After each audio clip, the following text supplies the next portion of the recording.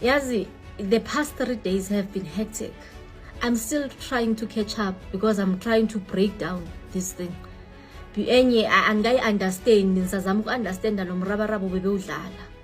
Ubaxelele ke ngoku into yoba akabosabi, indoda akayile nale uyiqonda ngqo, akayinyonyobeli. So trying to get the message across. The question is, ngabe bayifumene leyo message leyo na?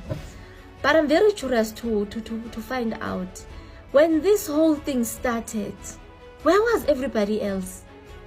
You mean to tell me into yoba when this thing started, because velanga yaqala yathi boom, iqale kancinci before it got out of control.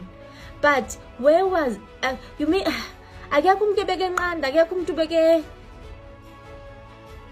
xa ngifika usidla bengisidla nami ibithini, okanye omnye xa ke approach omnye ebem-approacha kanjani into yoba no siyadla ngapha ngena ngapha.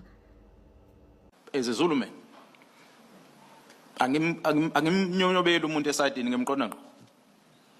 So I wanted to make sure that they get a message that I don't sneak up on a person.